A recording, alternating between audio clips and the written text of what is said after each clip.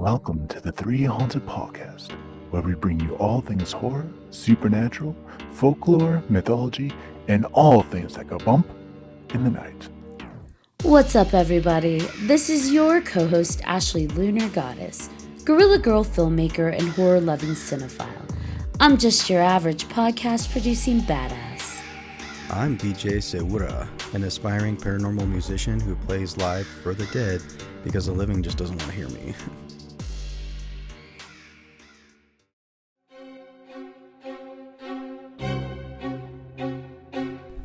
The Dead of Winter Horror Network and Nick Kane from the 508 Productions invite you to endure the most terrifying immersive experience in all of podcasting. Beneath the Red Umbrella, now available wherever you listen to podcasts. Beneath the Red Umbrella, when the snow falls, the killing season begins. What's up, ghouls, gals, and all of our paranormal pals? In today's episode, we're traveling into the world of the Haunted Mojave and discussing magazine Eerie Expeditions with returning special guest C.L. Thomas. Welcome to the show, C.L. Thank you for having me back. It's such an honor to be able to talk to your lovely face.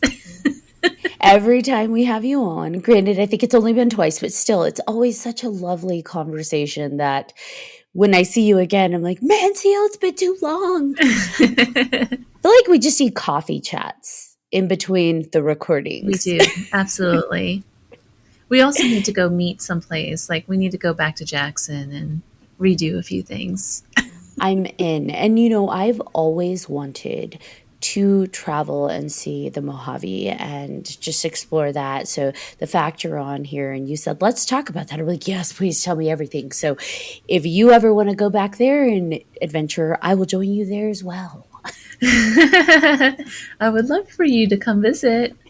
I would. Well, we'll just have to make sure, because I know you travel a lot as well. Yeah. So we'll just have to make sure our schedules line up. Well, the best time to come, just so you know, be planning for it, the best time to come is January and February. Or in December, because it's cold. There's no critters. There's no scorpions, which I'm terrified of, and tarantulas and all of that stuff. It's just not there. And the weather's nice. That's perfect. Yeah. Because I don't travel as much during those months. So we're going to come together on this. There's loads to see out here. So when we're talking about the Haunted Mojave, what does that mean to you? Oh, man, there's so much to it. It just depends on where you're at. So I live in Vegas. A lot of people know that. But you drive 30 minutes outside of the city in any direction, and you're literally in the middle of nowhere. And I mean, there's no houses, there's no trees, there's nothing but desert. So what it means to me, over the years, you know, this area has a bunch of hot springs on it. And so that's what drew the Native Americans initially. They called it Las Vegas. I think it means like Green Valley or something along those lines. I can't remember. What does it mean in Spanish? The meadows. The meadows. That's right. The meadows. So yeah, this area just had a flip. It was like Native Americans that lived here forever. I think it was the Mexican culture before that. So it goes back ages and ages. They found petroglyphs around here, believe it or not, that are older than 6,000 years old.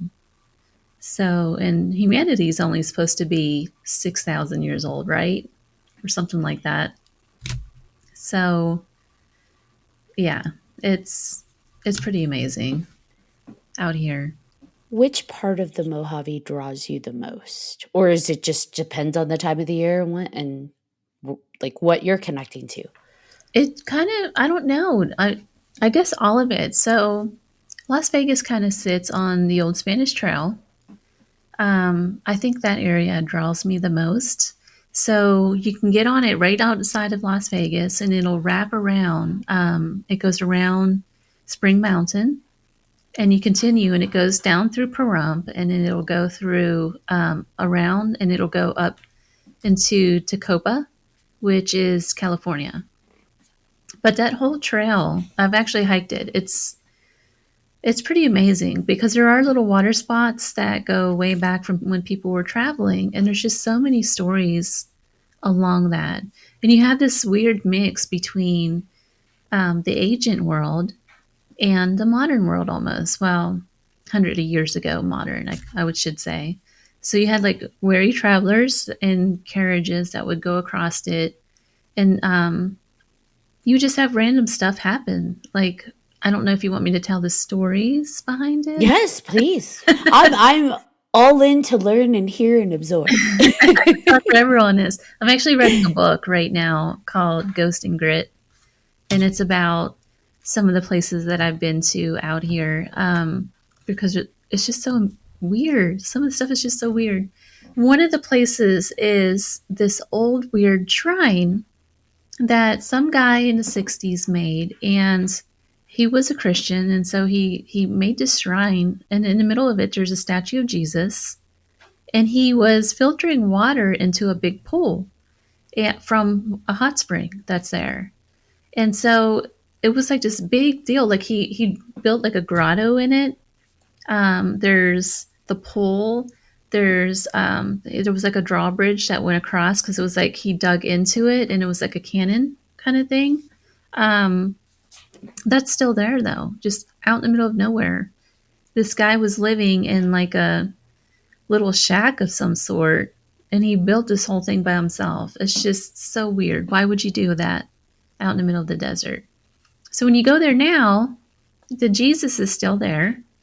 The pool is empty, of course, but it's still there, the shrine, just there. And then there's a grave there that 100 years ago was a Native American who he was like plundering carriages and things and taking people's money and all kinds of things. And this was in the Pahrump area. So when they finally got him, he was on display for a while in Las Vegas, like his bones. So then I guess somebody along the way said this isn't right. So they put it in cement, like a cement block, and they put this block out there on this shrine. So he's there. It's just so random.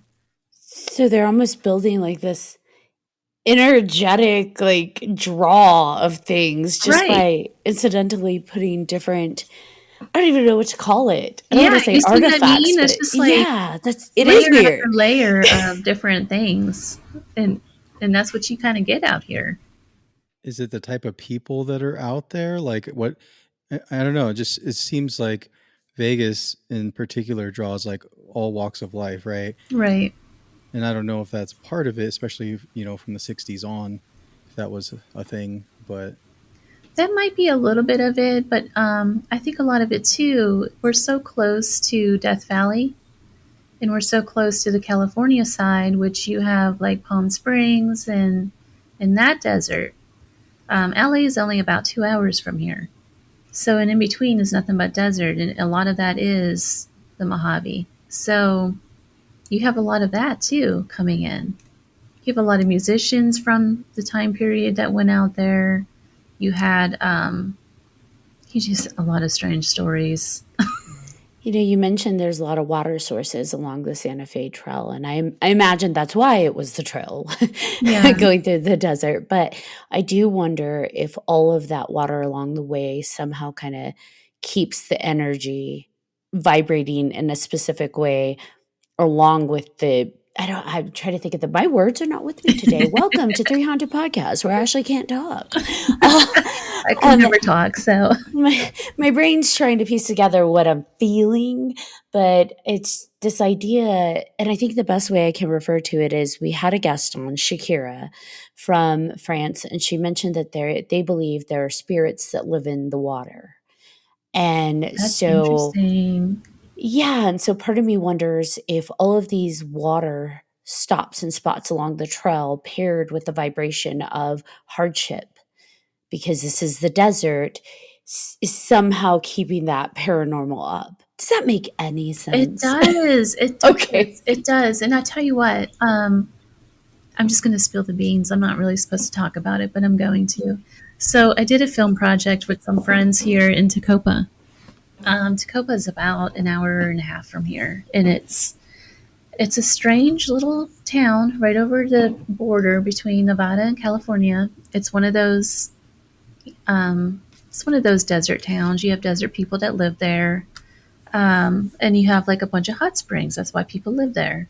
They actually filter the hot springs into pools and things, and there's like a bunch of healing spas and things like that out there. But one of the things about Tacoma, it's very, very haunted.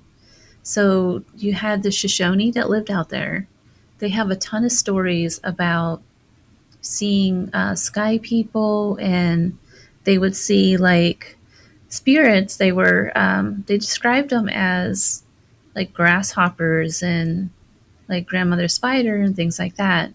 And I have a friend that can talk way better on the topic. She actually wrote an article in our last issue of the magazine that came out about it. But in Tacoma, one of the things, aside from how strange and haunted this place is, there's a ranch out there, and it's a date ranch. And I don't want to go too much into the story because I'm still writing the documentary for this, but there's a date ranch, and it was started by a Chinese guy about 100 years ago, 1890s, and he just disappeared.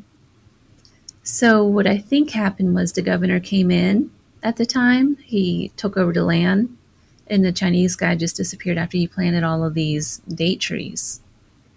And I kind of think maybe he got killed for the land. You know, who's going to miss a little Chinese guy around that time period? They were workers on the railroad, and unfortunately, the way things were back then, you know, they would have saw him as, you know how it was back then. It wasn't good. But he would have easily disappeared, and nobody would ever found this guy. So next thing you know, the governor and his family is living in the house, and they own the property. How'd that happen? But today, there is a date ranch there still. They have over 200 date trees, and it's a running farm in the middle of the desert. And there's an oasis there. There's an underground water. It's the Armagosa River that flows under it that's feeding it. But when I interviewed people for it, there is a Native American that we got to interview, and he was saying that there's a lot of like insect-like creatures around the property. They're very ancient. There's petroglyphs alluding to it. Some of the evidence that we picked up as well alludes to it. We got some crazy evidence about it, like actual on the SOS camera. I think I'm saying that right. Yeah. You know what I'm talking about. I'm not really a tech person. BJ's our resident paranormal investigator. Yeah, the SLS is the it's that camera that it makes a stick figure of your Yes. body or whatever. Oh, And it's so- that one. Yeah, the Mhm. stick So you figure can one. see it. If there's something there that you can't see, it'll still show you the stick figure of whatever's there. It's the Something like Xbox Connect. Yes, it is. No, it's that same technology. Yep. Yeah, it is. You know, and I'd never believed this thing until this incident. So I was out there with a lovely couple, the Horns. I'm sure a lot of people know those guys, which they are excellent paranormal investigators. Very professional, and they're really good at what they do. But they built this camera, the stick figure camera, and we were picking up on insect-like spirits. And so they started doing this camera, and you could see what looks like, I kid you not, it looks like grasshoppers and stuff. It's amazing. It's so weird. It's just like what people told us. And so we interviewed people around town as well, and they were telling us that you see lights at night, and we've experienced all those things while we were out there. So the town has got really strange phenomena going on. I don't know if it's all like, you know, ghosts, leftover ghosts, but I feel like it's more agent than that that's happening there. Well, the Mojave, I mean, I'm so interested in it because I feel like it has the most mixture of things. You've got cryptids reported, you have Mhm. UFOs and extraterrestrial activity, you've got paranormal. And I always go back to, what in the world is it about the Mojave that draws such a high level of activity of all of these different creatures? Is it the water underground? Is it the composition of the minerals in the earth? I have no idea, but I think it's a little of everything. You think about all the quartz out here too. So just the way they extract gold, it comes out of the quartz here. So the way they would do it is they would go, they would I actually found gold this way. I have a couple of ore rocks that have gold in it. So they would have to crush and it's quartz. They would have to crush down the quartz. And unfortunately, when they did this, though, they would get silica a lot, oftentimes. But yeah, they would crush it down and then they would separate the gold using mercury, or there was another one they used quite a bit too. It's a poison. I can't remember the name of it off the top of my head, but they would use a chemical mixture to separate it. And so a lot of times when you go to these gold mines, you would see like the pals of that white hard stuff. That's the byproduct. It's actually quartz that was crushed down and then they separated with mercury and all that. Don't touch that stuff because it could still have mercury in it. But anyway, I digressed. You think about quartz and the energy, that's like the number one thing that everyone uses for energy, whether they're doing like meditation or healing, whatever spell work they're doing, they're always using quartz. So it's a high activator for energy. This whole area is surrounded on it. I mean, you could see mountains that are nothing but quartz. I've actually collected big chunks of quartz from these things. So yeah, I think it's a combination between that. It's the water, the mineral water that's everywhere, the hot springs. It's a perfect combination to support like civilization, if you think about it. You know, it's kind of like the cradle of civilization for the Native Americans anyway. They believed the spirit came out of the ground. They believed all these different things. They believed in like sky people and that they had once existed underground. Hopefully I'm not rambling too much. no, you're great. You're just making my brain think more and more. There's just so much to talk about of this place that... See, I've never been there. I'm excited. I would love to go there just based on your description, right? Like there's so much. It seems like the way you're talking about it, that it's not closed off, but then it kind of is in a way, right? Like I know we have the water that flows in there, and then you know, LA is not too far away, but it's almost like it's intact, right?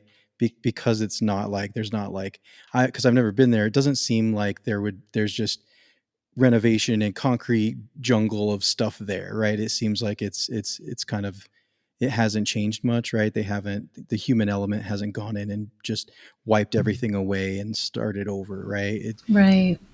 Is that kind of how it is? It's very desolate. And I tell you, one of the first times I went out there by myself, it's a very strange story. My father had just passed away, and I had just went through like a very strange experience with some people I thought were friends. They kind of broke my heart pretty bad. One of them's a paranormal celeb guy that I thought was a friend.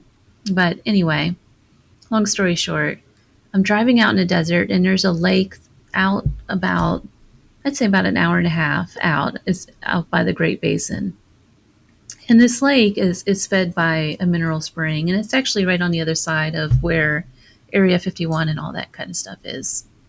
So I was going there just to do some thinking and photography, and I don't know, along the way I kind of stopped the car because my tire was acting up. And as I got out of the car and just looked at these jagged mountains out in the middle of nowhere, you're just so desolate. It's the only way I can describe it. You're just so alone and desolate out there. Like there's even sounds. When you're out there, you can't really hear anything. Like the sound is weird because there's nothing out there making any noise. It's almost deafening. So yeah, I was like scared the first, when I did that. I was looking at the mountains going, what am I doing out here? But then I got used to it and I've grown to love it, But yeah, I don't know. It's different. Did you know that it's also one of the few places on Earth that you can go and do fabulous nighttime photography of the stars and stuff, because there's no light pollution. I've always wanted to do star trail photography. That's still like on my bucket list. I do it every once in a while. I'll set up a camera out there out in one of the dry lake beds and just let it roll. Just let it go. Let the shutters stay open. I bet those photos are beautiful. Now, being that you are a medium and you are able to go out there and tune into specific energies, when you're out in the Mojave, can you feel the different types of energies? Yes, absolutely. Absolutely. And with practice and going out, I'm able to kind of pinpoint more of what's what. So you can tell right away the elementals. There are elementals out here, a lot of them. You can tell the human spirits. Usually I can connect with them. But then there's also like the Native American element, which they're harder to contact. They don't really stick around, it seems like. Instead, you get like a low vibrational energy with them. So it's quite different. And I feel like maybe it's a cultural thing. Like they believed in the afterlife. They didn't have to be convinced, so they were able to move on right away. They didn't want to stay here. They just moved on to the next life. Whereas like you get to miners and people like that, it's quite different.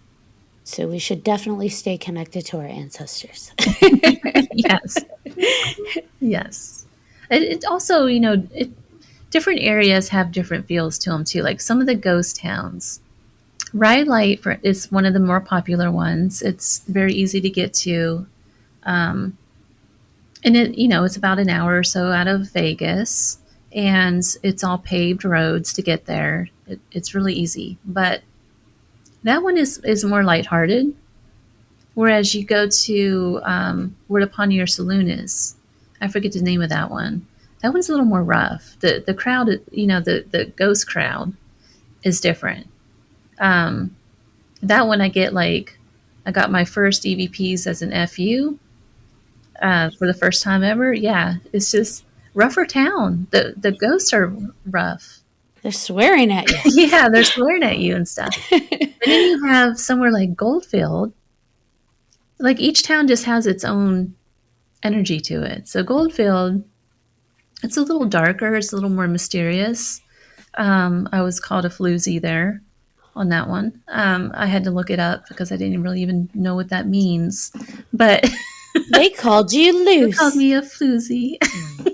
But yeah, it's different though everywhere you go. The energy is definitely different depending on, I guess, what happened there. I could tell you a story about Delamar. Is one of my favorite ghost towns. It's really remote. It's right outside of the Great Basin.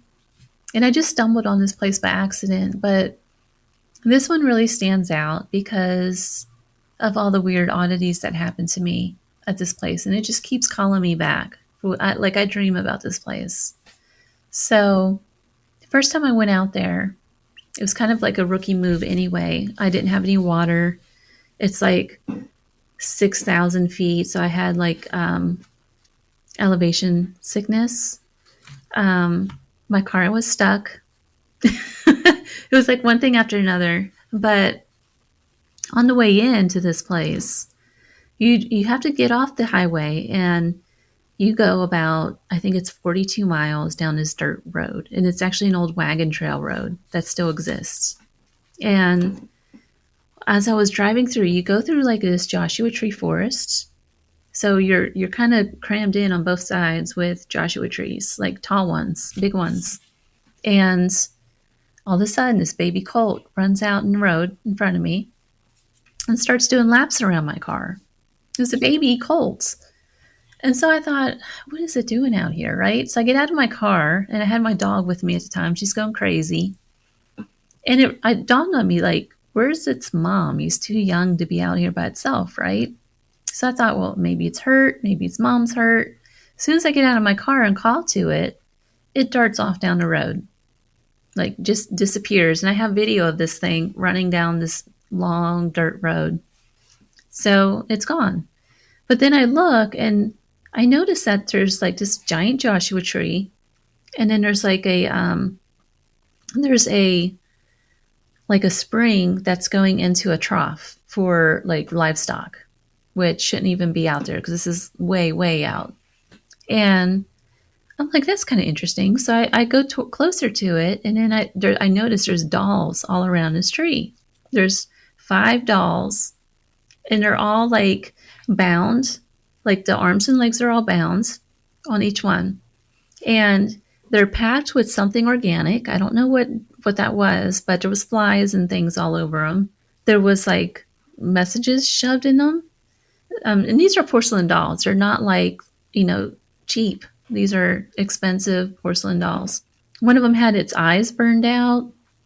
Another one had its private parts burned out. Like each one had a different thing. So right away I knew, this feeling of foreboding just overtook me. It was like I just walked into something that I shouldn't have, right? So I go to walk out, and then I notice there's this cow that's dead, just like 5 feet away, and like parts of the cow was all cut out. It was just so surreal. Like, was this cow sacrificed and put? I mean, what is going on here, right? So I decide I'm going to continue down the road. So when you continue, you hit the cemetery, and it's one of the first cemeteries that's in Delamar. There's actually 2. That's all the further you can go. You can't, and so you have to get out and hike unless you have like a ATV or something like that, like a razor or something to get up the mountainside. It gets pretty rough. So I had to hike up, and it's a couple miles up and around, and then you get into the town. Well, that feeling just never left me the whole time. Like I felt like I was being watched. I was being stalked. It was just the weirdest feeling. So there's a bunch of buildings that still exist there. And you can like explore them. I think there's like 40 or 50 buildings to this town that are still there. So the first one I stopped at, I got right away just different feelings. Like I started picking up on this woman who was in trouble. What I picked up on was she was trying to leave somehow with a kid. Like she was trying to get out of town. And it was like almost like she was trying to collect money or something. Like this was some kind of an office, this first little building. So on the way out, I listened to the EVPs when I got home, and I got, we're not human. We're going to kill you. Just all kinds of stuff. We're going to kill you. I'll get back to that in a minute. But the female voice came through, helped me. That's why I went back to try to help her. After all of that, I was really overwhelmed. I was sick. I didn't have any water. The elevation just really started to get to me. So I hike on back down to my car. Well, my car's stuck. I couldn't get out of the sand. And that EVP, we're going to kill you, and also my car's stuck. There's no cell service. I had no water. There's no way to get out of there. I had to go back and get like a board from one of the buildings to stick under the car. Now I carry those boards with me. Those, I'm sure you know what I'm talking about, BJ. Those boards that you shove under a tire to get out. Like just a plank. Yeah. Mm-hmm. But man, I was out there in the middle of nowhere by myself. My car was stuck. No water, no cell phone. A lot of haunted spooks going on. It was just the strangest feeling ever. And nobody wants to go through all of that while also getting an EVP saying, we're going to kill you. I've been back to that town at least 5 or 6 times. I go every chance I get. Oh my gosh. I mean, it's just prepared this time. Yeah, I always go prepared. I have like satellite phones, and people know where I'm going. And if you don't hear from me by this time of day, make sure you call help. Do you ever check to see if the doll tree is still there? Like with the dolls? Oh, so let me tell you, yes. I went back a couple months later. I took a friend with me, and we noticed that there was a tent, like one of those, what do you call it? Like those white tents that you use at like conventions and things. Oh, like a pop-up. Yes. Type of thing. Okay. So that was there, and it was all sectioned off with caution tape. So something was going on. Yes. I didn't want to go in it at the time. But some kind of investigation was underway. I don't know if it was from a rancher or what. Um, so we just kind of bypassed that. But then I went back here again. I stopped back. There's two ways to get into Delamar. The other way is kind of easier than this way. So I went this way again, and I stopped by again. The whole place has been just completely razed. The Joshua tree is gone. The little watering trough, that's gone. Somebody actually bulldozed over the entire site. So to this day, I have no idea what happened. I'd go with like a huge bag of salt and just like salt everywhere, just everywhere, salt all over. Yeah, it just gets stranger every time I go back there. But the first time that I went in, I had to get help from a couple of Native American guys help cleanse me, and they seemed to think that it was some kind of black magic that was being performed by, they think it was peyote. Yeah, I don't really know much about it. I just know that they did some stuff to try to clear it, and it worked. Because I was in a weird state after that for a while. I mean, you described the dolls, and all I could think of was Penny Dreadful in the season 2. I think it was season 2 where the witch is making the dolls so she can control those people. So she puts organic matter in there. She puts organs of things, and then puts blood and sacrifices. And it just, all I could think about when you were describing that was Penny Dreadful and the dolls used to control people, whoever it is they're trying to control. I haven't seen that. I'll have to look it up. It's and sorry if that was a spoiler, but it's at least for me, we've been watching Penny Dreadful because we had a guest who wanted to talk about it, and it's 3 seasons. I think it's really well done, and the stuff that they bring out in terms of like occult practices. It takes place in I believe the Victorian type era, but the occult practices, I'm like, wow, this is dark. Yeah, it gets dark, and there's a lot of like it's not just talking about it covers all like the famous monsters, right? But with that, it adds an element of all the things that we're talking about, which is really cool to make it one big kind of collective story. So they use the paranormal, they use all that extra stuff to throw danger and make them all kind of come together because of it, which is really cool. Yeah, that's really interesting. And I like that because, I mean, look at the Mojave Desert. It's not cut and dry, It's right? really It's not. There's paranormal, there's cryptids, there's extraterrestrial. Mm-hmm. Like, as much as people like to compartmentalize those things and separate them into categories, that energy is driving, I'm sure, all of that to happen. And so it's probably way more interconnected than we realize. Yeah, for sure. For sure. Yeah, that Delamar is probably one of the darker ghost towns that I have been in. Every time I go there, I feel like I have to just do a deep cleanse and everything. Just the energy that's in that place is kind of strange. You know what I find interesting is that if you look at the map, you look at the Mojave and you see just kind of what feeds in, there's got to be something that feeds these places, because you have Death Valley, you have the Mojave, but then that goes further and you've got like Lake Havasu and you've got Sedona, and it's all just powerful, energetic places that people talk about the same kind of activity going on. And what's interesting is it can go one of two ways. It can be incredibly healing, or it can be just the opposite. It can be completely dark and dreadful. You get both. And I feel like, the dark, I feel like, is more greed because of the gold out here and all the silver and all the things that happen over a century with people coming here out of greed, right? So you had a whole population come in during the gold rush. That was their sole purpose. They didn't care. Like Delamar, I did some research on that, and the guy who started that town, he didn't start it, but the story is his name was Delamar. He was a sea captain back in his day. He was part of the Navy, and he was really much into treasure. Like he really wanted to find treasure and become rich. That was his whole purpose. And so he would do these dives with one of those 100-year-old diving suits at shipwrecks to try to get the gold and stuff that might be in there. Well, he almost died doing it on his first dive. So what next is best? The gold rush, right? So he caught wind. He went to Colorado, where you are. He tried his hand at one of the mines there, and he was pretty successful at it. So when Delamar opened up, it was actually one of the mining camps. It started out as a really small mining camp.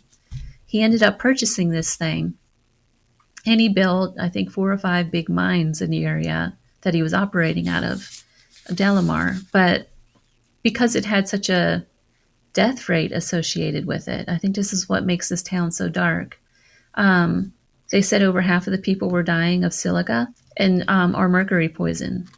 And it wasn't just the miners, it was also like the people that lived there, the regular people, like the women, the children. And it was because that dust was just, a layer of dust would just lay over the town because they were crushing up the quartz and that sort of thing. But to get around that, he wouldn't record the deaths. He wouldn't pay out when someone died in the mines. He was pocketing as much money as he could. And he was keeping off the records, all the people that were getting hurt and dying in this town. The town itself has actually got a nickname back in the day, and it's the Widowmaker, because 8 out of 10 people would die in these mines, but a very dark place. So when they finally started going after him about this, what did he do? He sold it.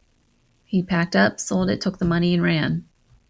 So that's the kind of people you have here. And then you have another element to it. A lot of the Civil War guys and war crimes over the years, they would end up in these towns because nobody would follow after them. So you had a lot of bad people here too. I think these places are high energy places that are almost just like primed tuning forks. So depending what comes in, Right. it just like ends up, if it's strong enough, it ends up vibrating to that. Mm-hmm. And geez, Louise, that is a very sad story. Yeah, it's interesting, but I think a lot of the towns, all the gold mining towns, have some element of greed to it. You know, people wanted to come in, make money quick, and leave at all costs. Goldfield is another example of that.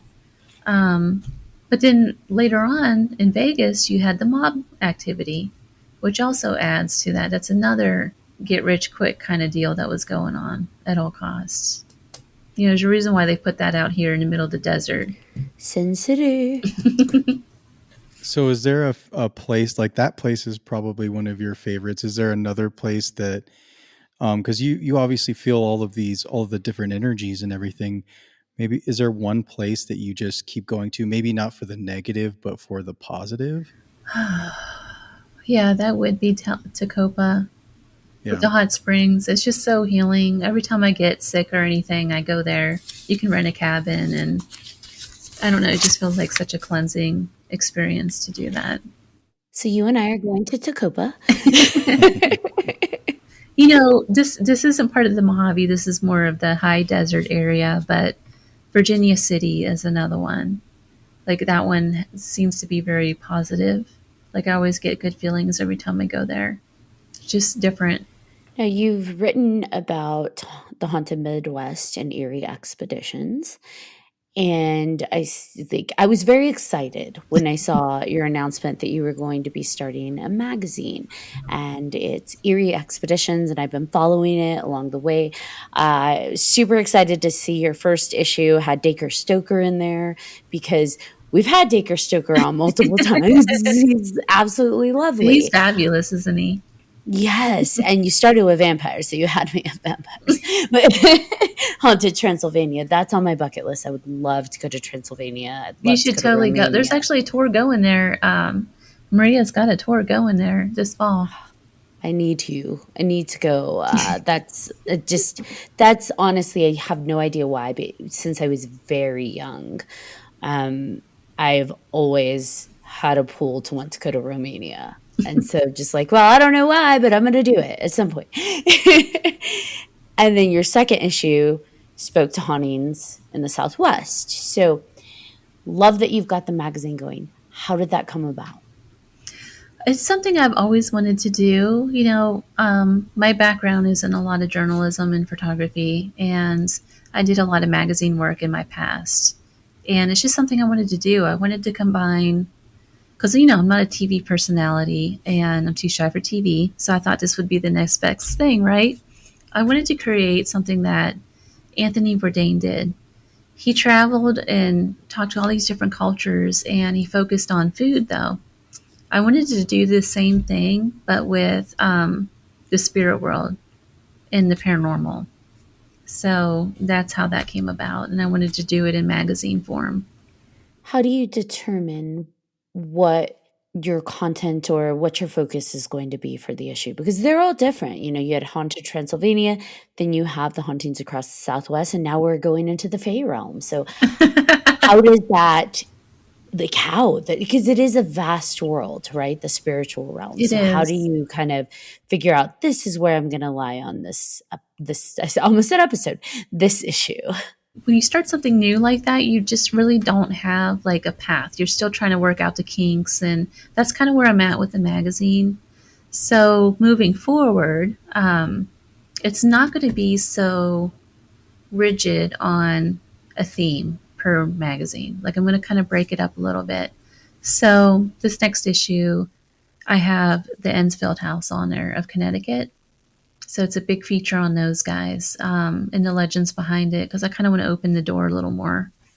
But I don't know. There's so much to talk about. So whenever I get inspired by something. Well, you're letting your intuition guide you. Yeah. Like it does with your books, I imagine. Romania has been one of the most, it's one of my favorite places that I've traveled to. Transylvania is just top of the charts. And the people there, they're very superstitious. And I think that's why the spirit world is so alive there. You should totally go to Transylvania. Totally go.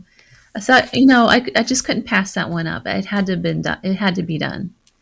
The Southwest, trying to put all of this Mojave into one thing, that's where that came about. There's just so many stories out here. And of course, the Fae, that came about because I started experiencing Fae, like elemental stuff, in the middle of the desert, which, there's not even supposed to be life here, but I'm finding there's a lot of life in the desert. So, yeah. Could you speak to that a little, the Fae? I want to know. Like, In the desert? Tell me. What did you see? I mean, I read a little bit, but I want to know Wow. from your personal perspective, like, because not only are you seeing it as just a person, but also you have these gifts. So when it's an elemental energy, what you get, you can see them. They're like little 2 to 4 foot beings. But I could tell right away that they're elemental because you cannot communicate with them. And they just have this, I don't want to say dark energy, but it's just a different energy about them. I was with a friend in a ghost town, and they're really prevalent in ghost towns, believe it or not. And it's because, this is what a Native American told me when I interviewed about it. He said that when people were coming in and taking over the land for gold and all of these different things, of course it upset the Shawnee, it upset the Paiutes, all the people that owned this land before that.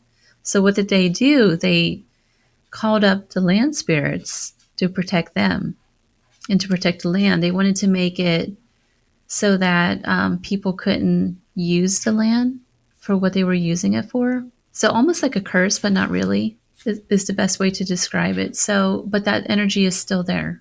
So to give you an example, there's this place called Horse Thief Ranch, and it's out here in Mojave. It took me a long time to find it. You have to hike to it and stuff, but I finally did locate it, and it's still there. 100 years ago, there was a native chief who was very upset with the Mormons. He did not like the Mormons. He saw them as coming in and taking over his land. And I think he was Shawnee.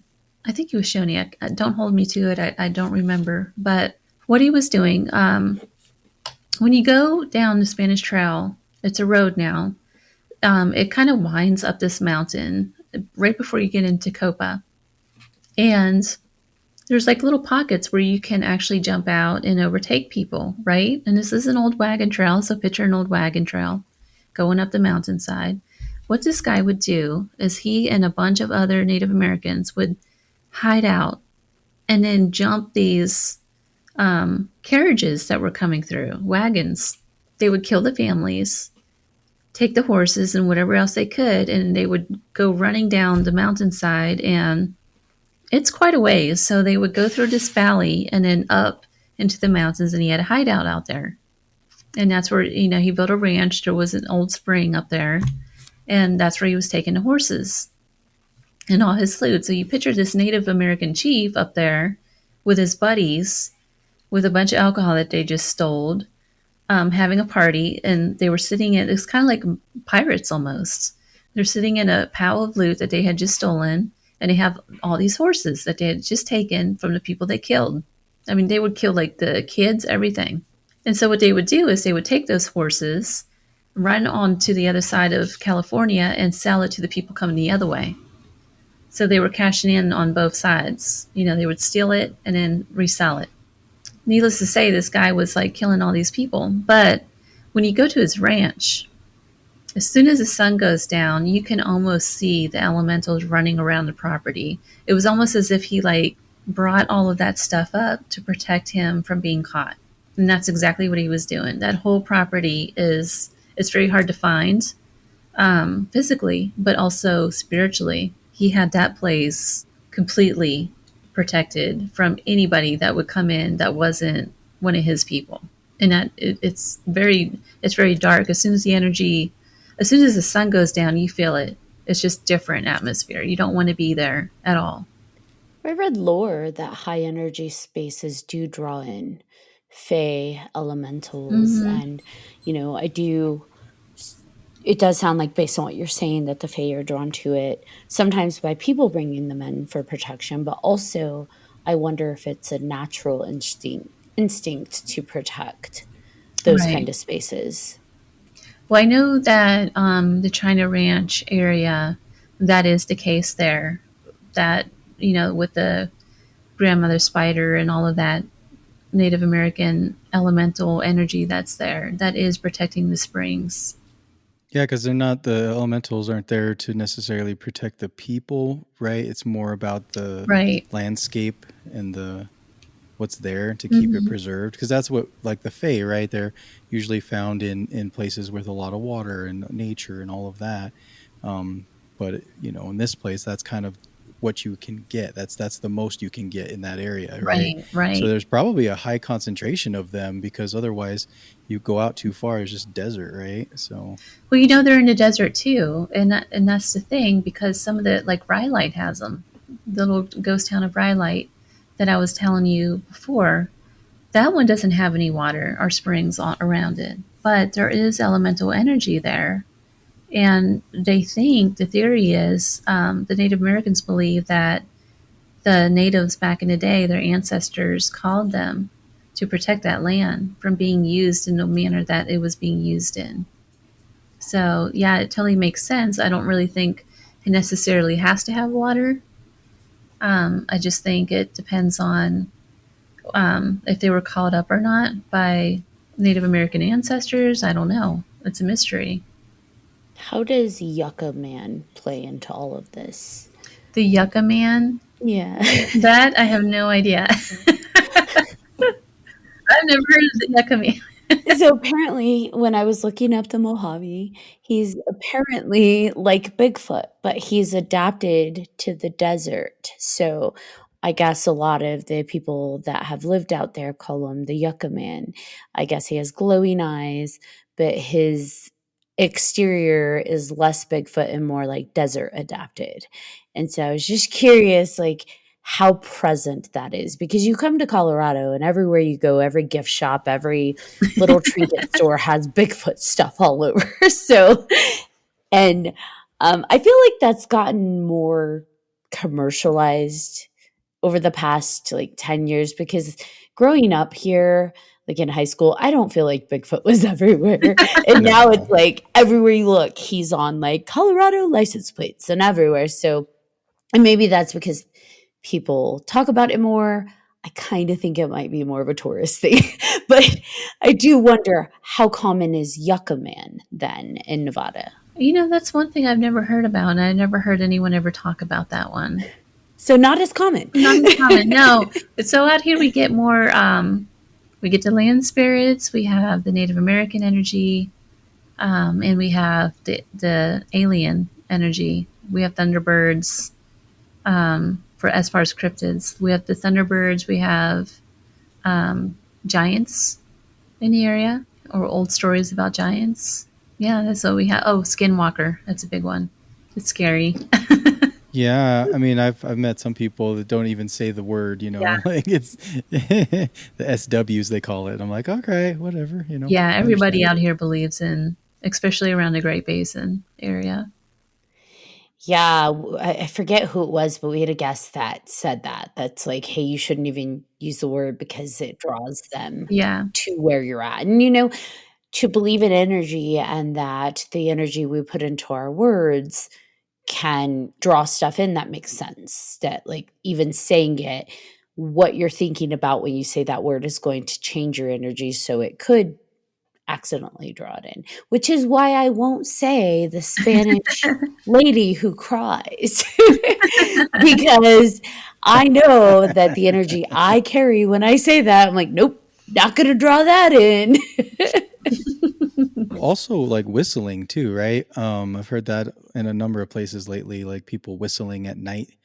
Is supposed to, I don't know if you're not supposed to do it. I've heard it in a couple different places in a creepy pasta as well. But have you ever heard any whistling out there late at night where not knowing where it's coming from? I have not, but it's interesting you should mention that because that is the number one EVP that I get is whistling out here. Believe it or not.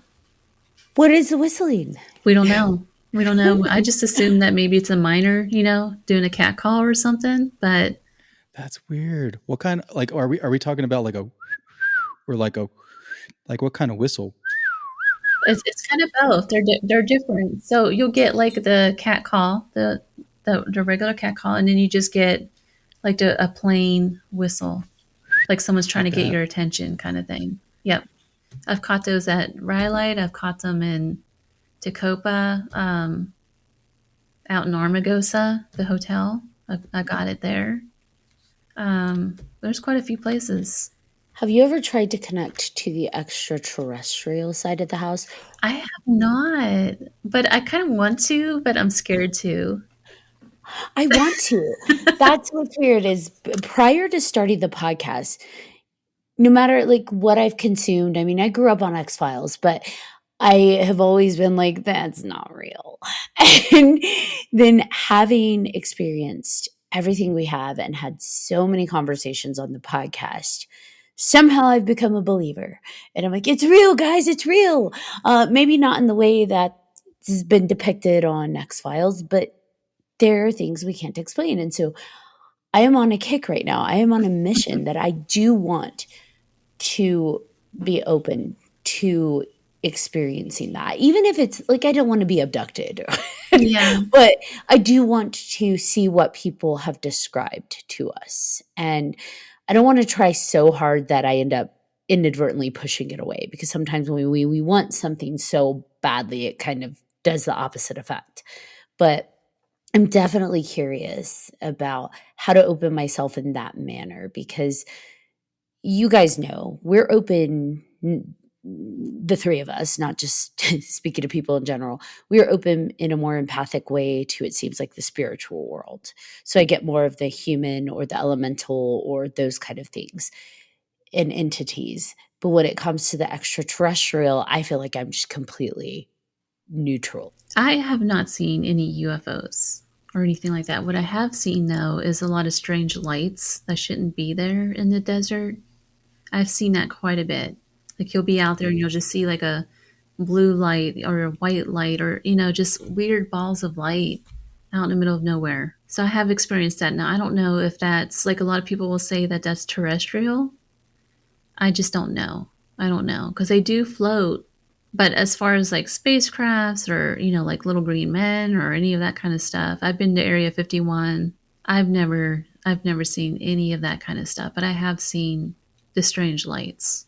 Well, we've talked about that on the past episodes where the strange lights is it extraterrestrial or is it spirit, right? We were trying to figure out, is there a Right. cross between the two? Are they similar, right? Is one different color than the other, different intensity? Is it, so I'm not sure. I'm not sure what to think of it. I don't know. There's a difference between um, the balls of light that you get with ghosts. They tend to be like smaller. They're not as bright most of the time. These that you see out in the desert, they're like bigger, first of all. And you have to remember out there, you can see up to 40 miles out. I forget what your line of sight is out there.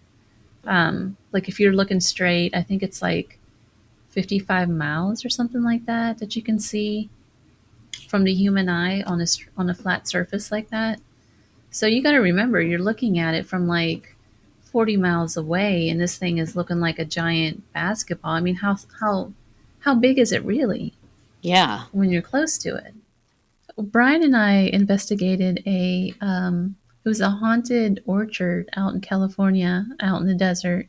Well, it's kind of desert-ish, but it was a almond orchard, and we were seeing a lot of elementals. Like you could see them, like we were in the trees, and you would see these little 2-foot things, shadows, just run in front of us constantly, like back and forth. You would see them. And, Brian's looking at me going, "Do you see this right now?" And I said, "Yeah, get your camera out. Where's our camera guy?"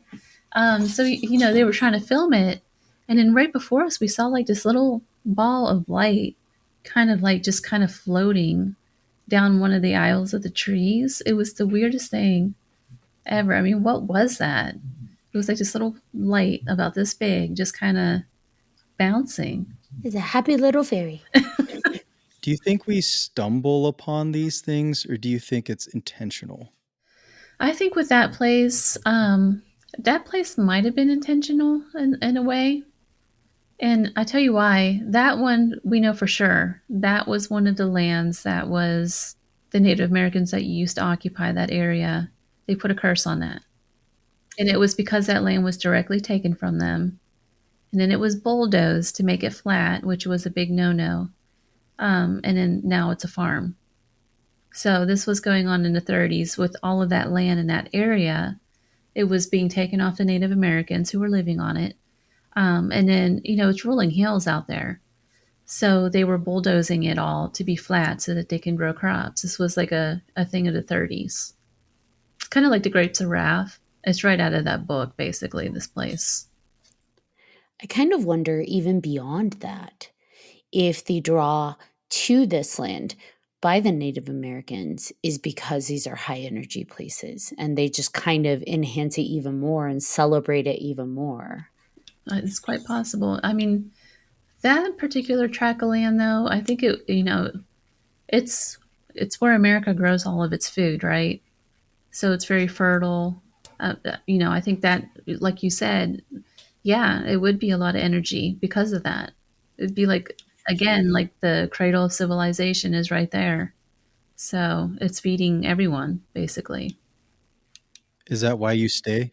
I mean, obviously you travel all over, but like, is there something that just keeps you there? I mean, obviously maybe it's just where you live and everything, but maybe is there a reason why you're just like Drawn to it. Yeah. I grew up listening to Coast AM. I don't know if you ever listened to Art Bell on Coast AM. He's the original paranormal talk radio guy. He's the one who started it all. So he had a house out in the middle of nowhere in Pahrump, which is the Mojave Desert. It's like about 40 minutes on the other side of Spring Mountain from where I'm at right now. And he called it Dreamland. And he built a big compound there. Get this, he built a compound, like a legit compound. I've been out to it. And a radio tower. He constructs this giant radio tower, and he was broadcasting all over the world from this place. But he would talk about the mysteries around his home. I've always been fascinated with the Mojave, and I think a lot of it might be because of Art Bell. I don't know, but this is just such an incredible place. Like, as much as I've seen in the years that I've been here, I still haven't seen it all. So there's a lot to do still, and there's just so much. It's just so fascinating. And a lot of magazines to A write lot of about magazines, yes. it. Now, how often do your issues release? Is there like a set or just as they come together? Yeah, it's supposed to be 6 a year. I am running behind this year, and it's because of I feel like I still don't have my everything in place just yet. Like, I'm still creating and building and making this thing happen. So, I'm still learning what works, what doesn't work, that sort of thing. The next one is due to come out. I just started it. Again, it's on Ensfield House, and a couple other stories are going to be in there. But moving forward, it should be every 2 months. And it's beautiful. I love the pictures, just all the photography, the way it's done. Just yeah, you did a great job. And Thank you. It's a lot of work. right. No, you can tell. Like you could tell you put a lot of heart and soul into that thing. Just with all the variety too. It's not just. I mean, even the one I was getting into is the Fae. It's the Fae in Japan. It's the Fae in southern Colorado or southern California, right? So it's not just one place. It's all these different places. You talked about even New England, Hawaii, right? So there's all these awesome places that that you kind of bring it all together, and I love that. Robert from Hawaii, he was such an interesting guy to interview for that. He is a Hawaiian native, and so he has all the history of the, I think I always pronounce it wrong. The Menahu is who they believe the elementals are out there. And he's like, he believes that his ancestors are actually Menahu.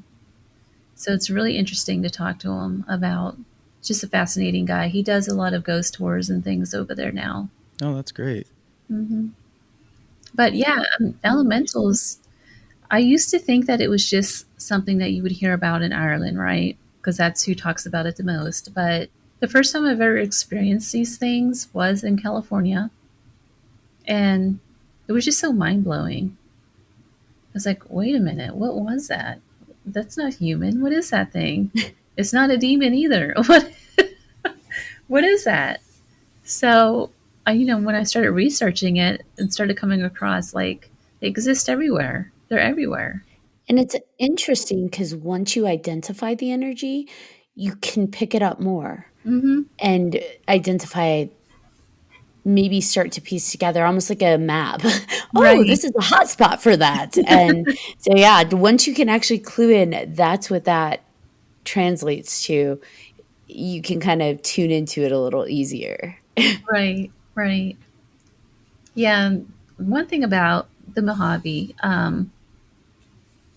it's a totally beautiful place during the day.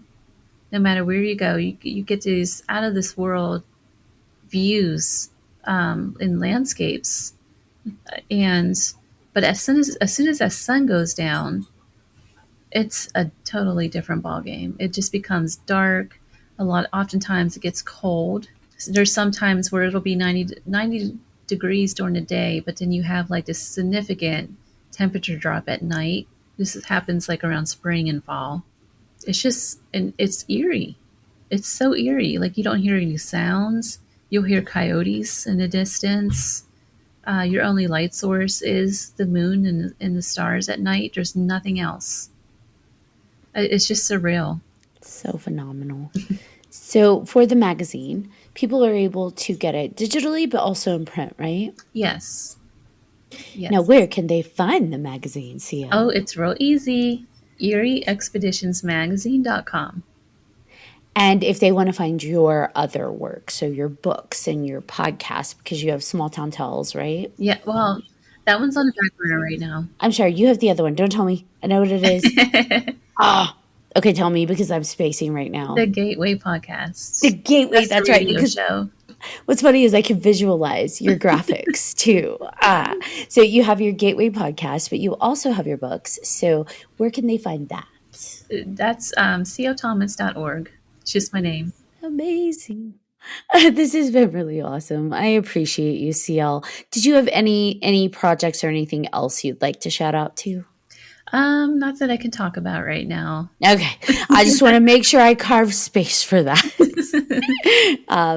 Because you are not just a guest. I feel like over the past 5-ish years, 4 years, you've become a friend. So, Aw. at least in my head, don't tell me otherwise if it's different. My inspirational Ashley as she's working out on her online videos. And you're my inspirational CL to travel and take photographs of things. It all goes well together. We inspire each other. Yes, we do. All right. Well, I'm going to go ahead and take us home. So, thank you everyone for tuning in to this episode of 3Haunted Podcast with your hosts, Ashley Lunar Goddess. And I'm BJ Segura. Do you have any questions, comments, or episode suggestions? Please email us at 3hauntedpodcast@gmail.com. And if you haven't done so already, please like, follow, and subscribe to all of our social media. You do not want to miss amazing guests like CL. Also, don't forget to check out 3hauntedpodcast.com, where you'll find all of our past and current season episodes, as well as guest information and all kinds of awesome merch. Until next time.